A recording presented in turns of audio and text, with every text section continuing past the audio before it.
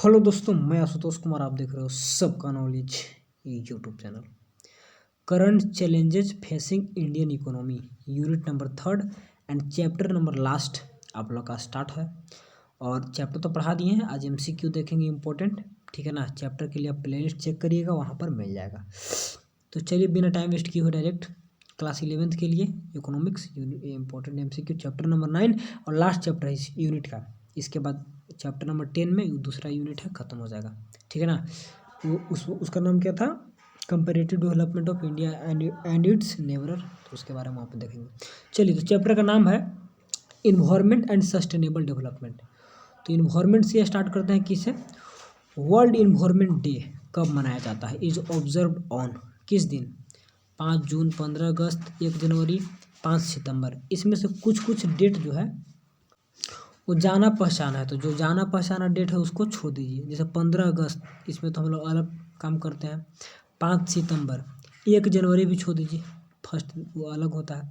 अब 5 सितंबर और 5 जून में आपका कन्फ्यूजन होगा, ठीक है, इसमें कन्फ्यूजन होने वाला बात है। तो 5 सितंबर ये भी आपका टीचर डे हो गया, तो सब कुछ समाप्त हो गया। बच गया कौन, 5 जून। तो जो बच गया वही हम लोग का आंसर हो जाएगा। वर्ल्ड में कितना स्पेलिंग है, 5, और जून पूरा एकदम जुनून जोश जुनून भर दीजिए, वर्ल्ड के बारे में है ना, तो पूरा वर्ल्ड दिखा देना। तो इसके कारण से हम लोग 5 जून याद रखेंगे, ठीक है। चलिए second, the main reason for soil erosion. बहुत ही इंपॉर्टेंट, बहुत ही इंपॉर्टेंट, बहुत ही अच्छा चैप्टर है। हर एक एग्जामिनेशन का पॉइंट ऑफ व्यू से यहाँ से क्वेश्चन रहता है, ठीक है। सस्टेनेबल डेवलपमेंट एक किसी भी एग्जाम में लिख सकते हैं, टॉपिक बहुत इंपॉर्टेंट होता है, ठीक है। इन्वायरमेंट तो सब कुछ है, इन्वायरमेंट का फंक्शन वगैरह पिछला वर्ष ऑब्जेक्टिव एग्जाम था, तो बहुत सारे क्वेश्चन इस पर दिए थे, वो सब क्वेश्चन भी है। लेकिन देखिएगा ये एमसीक्यू देखिए, आप लोग को तो ऑब्जेक्टिव होना है, तो ठीक है। The main reason for the soil erosion, soil erosion का मेन रीजन कौन है, ओजोन डिप्लेशन। और सॉइल इरोजन क्या है, ये सब चैप्टर पढ़ाया हुआ है, एक वीडियो में एक चैप्टर कंप्लीट है, तो जरूर वीडियो को देख लीजिएगा, ठीक है। सॉइल इरोजन कहने का मतलब ऊपर का जो मिट्टी का लेयर है वो कट के बाहर चला जाता है, due to air, due to water, due to weathering जो भी होता है, तो उस सब के कारण से खत्म हो जाता है लेयर, फर्स्ट लेयर, ठीक है। डिफोरेस्टेशन, डिफोरेस्टेशन के कारण खत्म होगा, एयर पोल्यूशन में खत्म होगा, ग्लोबल वार्मिंग के चलते। कैसे, main reason for soil erosion, मिट्टी कटने का मेन रीजन डिफोरेस्टेशन को माना जाता है। डिफोरेस्टेशन माने पेड़ की कटाई, पेड़ को काट दीजिएगा, ऊपर का लेयर खाली हो गया, हवा चलेगा जब तो मिट्टी को उड़ाकर सॉइल इरोजन कर देगा, ठीक है। तो option number B is the correct and best. The government set of central board, central pollution board control 2, देखिए इसको बोलते हैं शॉर्ट में सीपीसीबी। ऐसा बोर्ड है जो कि दोनों में आपका काम करता है, यानी कि air pollution and water pollution, दो ही पोल्यूशन मेन रूप से होता है, तो दोनों में एयर पोल्यूशन वाटर पोल्यूशन दोनों का काम करता है CPCB, central pollution control board. इसी प्रकार से स्टेट का भी होता है, ठीक है, एसपीसीबी। तो यहाँ पर एयर पोल्यूशन है और वाटर पोल्यूशन भी होगा, नहीं है तो ठीक है, option number B is the correct and best, दोनों के लिए इसका काम होता है।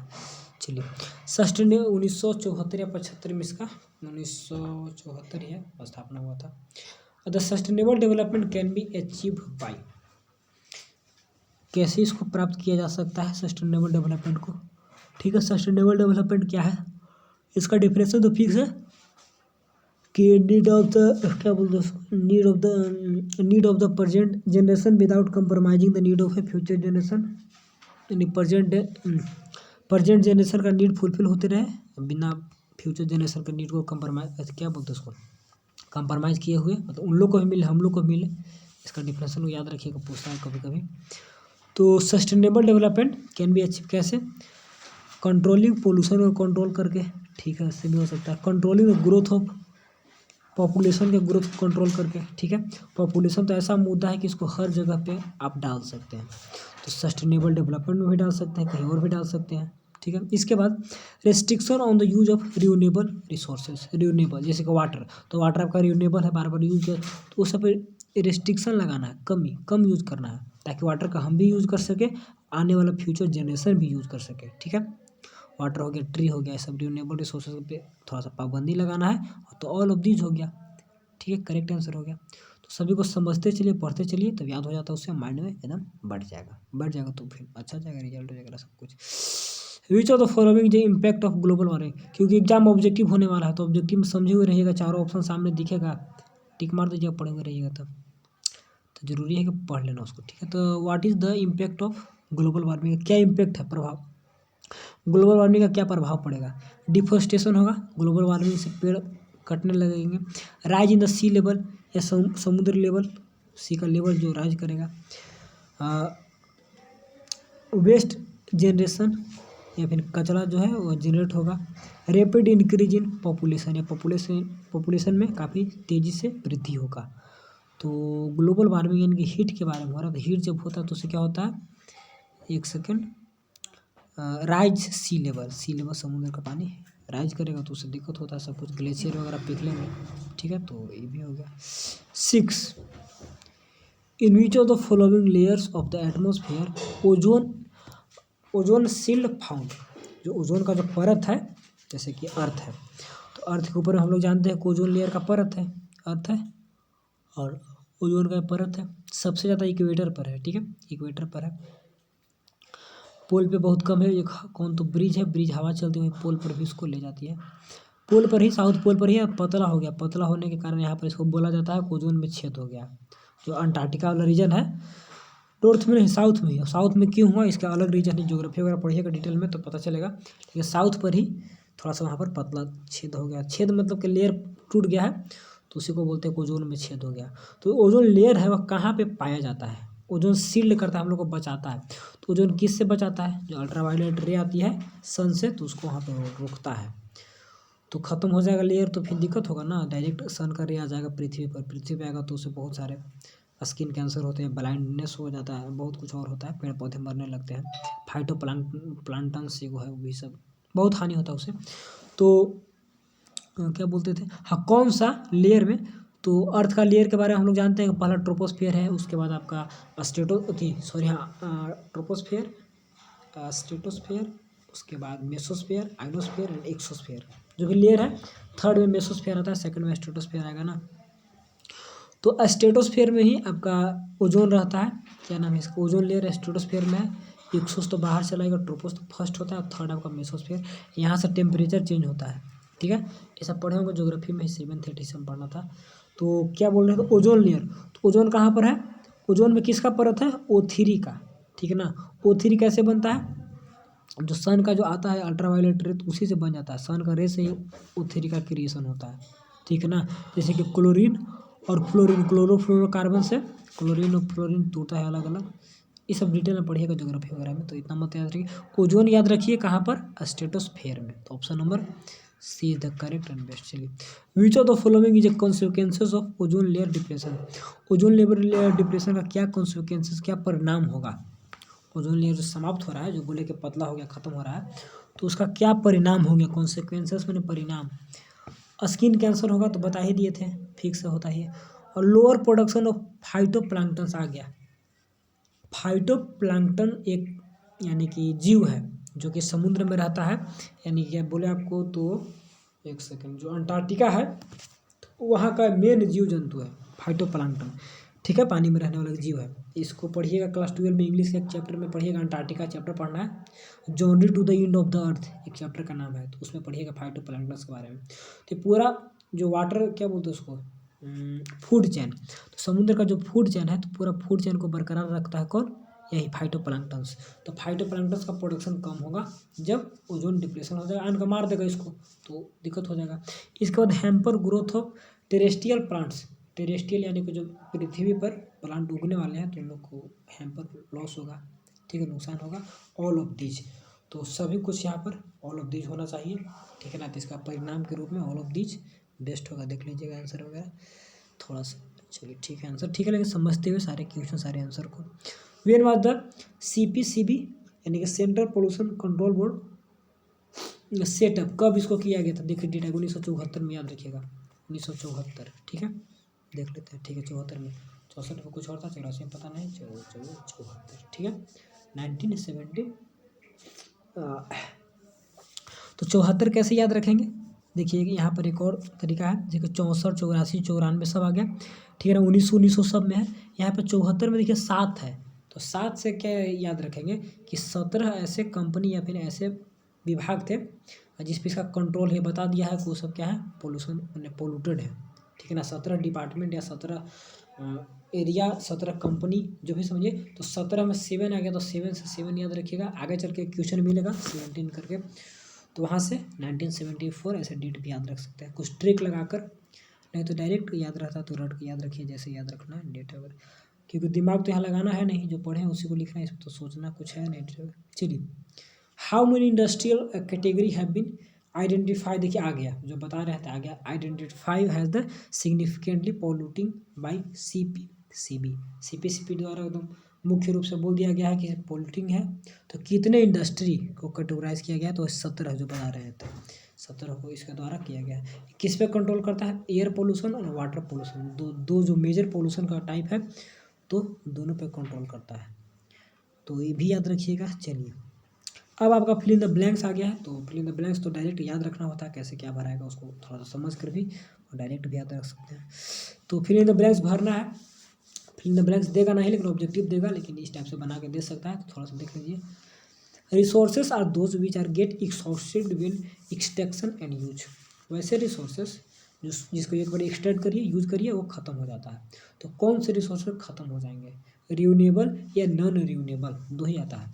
तो रियूनेबल को बार बार यूज करिएगा, नॉन रियूनेबल में कोल पेट्रोलियम वगैरह आता है तो खत्म हो जाता है, तो आपका नॉन रियूनेबल ही होगा यहाँ पर, ठीक है। तो समझ कर भी, तो नॉन रियूनेबल हो गया।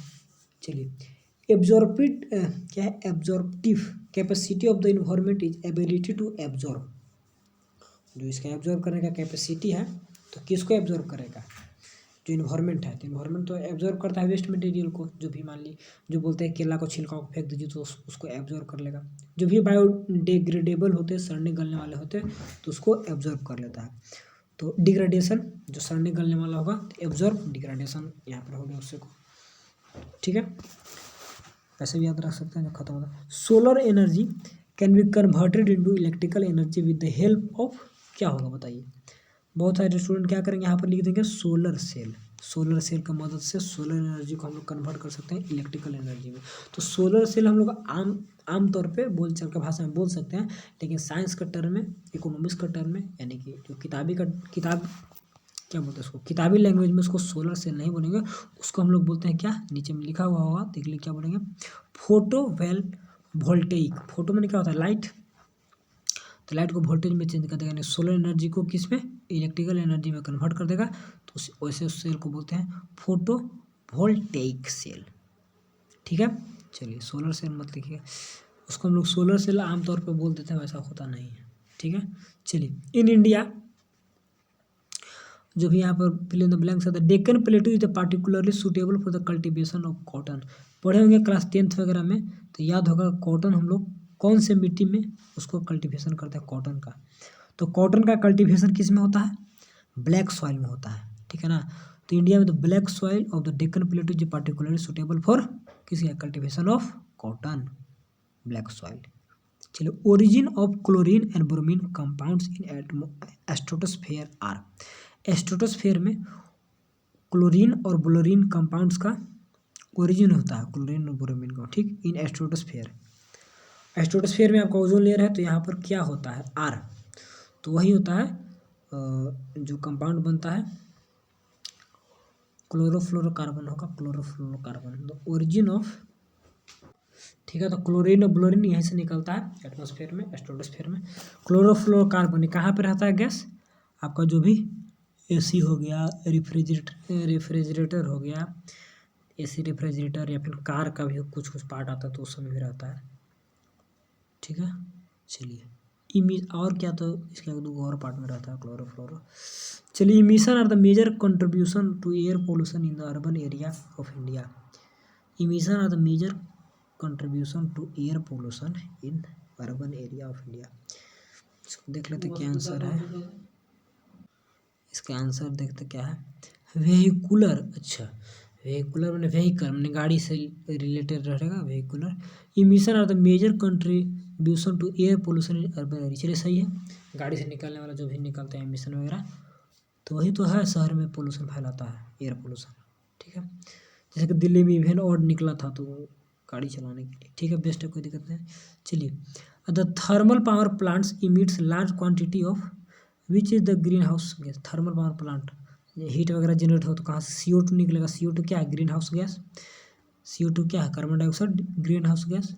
ग्रीन हाउस गैस क्या होता है, ग्रीन हाउस इफेक्ट क्या होता है, तो ग्रीन हाउस गैस में आ जाएगा carbon dioxide, oxide of nitrogen, oxide of क्या बोलते हैं सल्फाइड, सल्फर ऑक्साइड या मीथेन वगैरह, तो ये सब ग्रीन हाउस गैसेस है। तो ग्रीन हाउस गैसेस कैसे ग्रीन हाउस इफेक्ट डालती है, जैसे कि देखिए आपका ये पृथ्वी हो गया, ऊपर में सब गैसेस है ग्रीन हाउस गैसेस, ये सब क्या करेगी ना ग्रीन हाउस गैसेस कि सन का रे जो आ गया तो अंदर आने के बाद पृथ्वी क्या करती है कि सारा का सारा एब्जॉर्ब नहीं करती, जितना इसको काम है वह ली बाकी रिटर्न कर देती है, बाकी रिटर्न करती है। तो ग्रीन हाउस जो गैसेस हैं ये सब उसको ट्रैप कर लेते हैं, उसको एब्जॉर्ब कर लेते हैं, हीट को बाहर नहीं जाने देते हैं ना।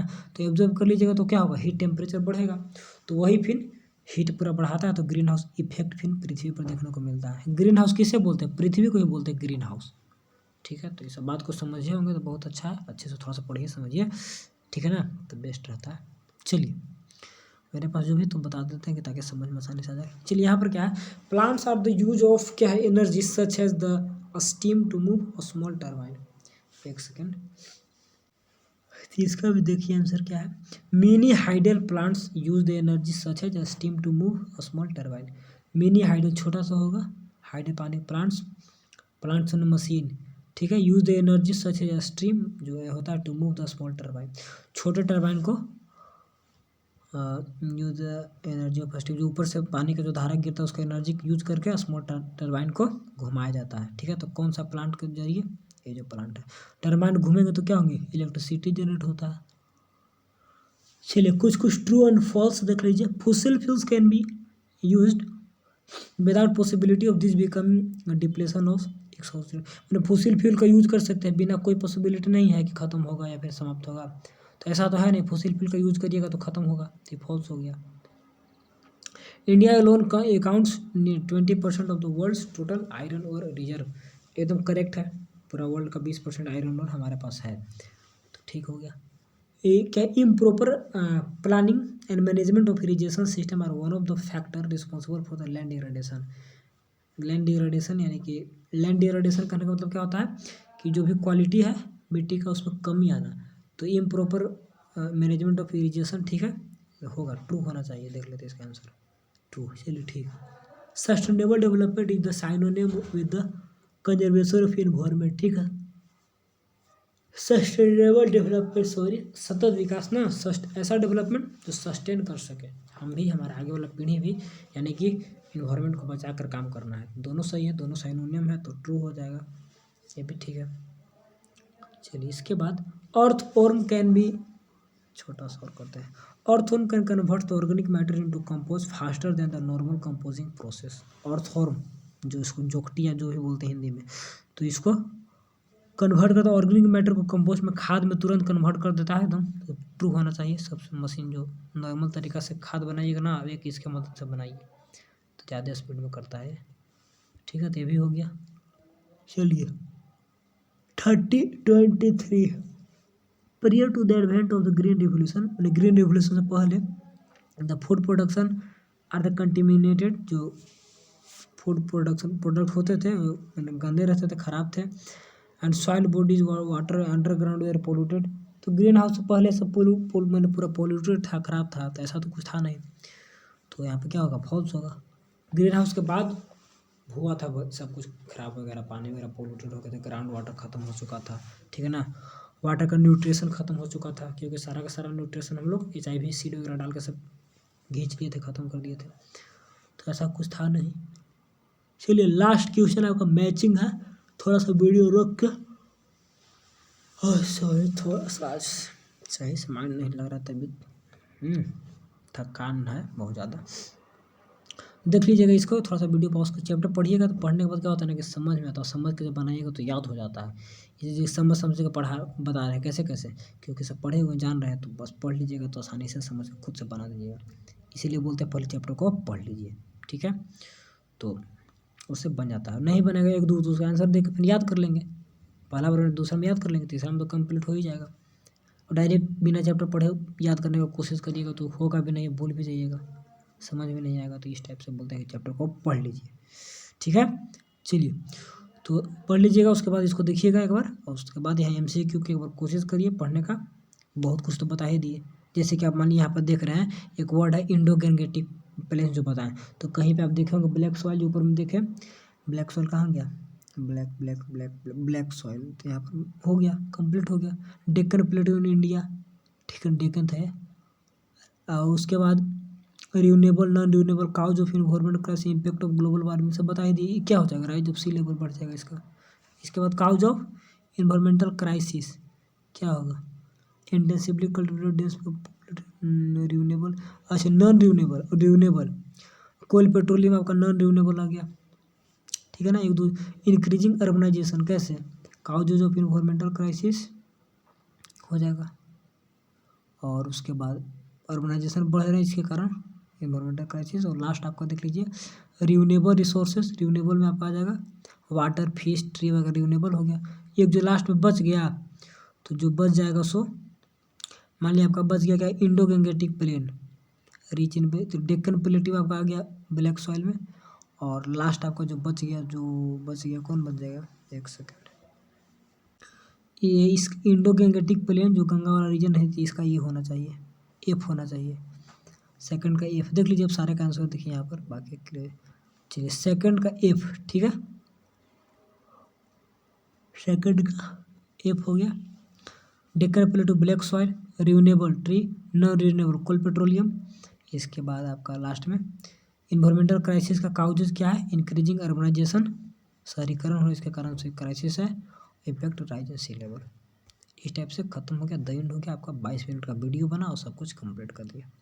चलिए तो मिलेंगे अगले वीडियो में, अगले चैप्टर में, अगले MCQ को लेकर इंपॉर्टेंट जो भी है समझ कर पढ़िए। कोई दिक्कत होगा तो कमेंट वगैरह करिए, उसको सुधारने का कोशिश करेंगे, ठीक है। तो चलिए, थैंक्स फॉर वॉचिंग।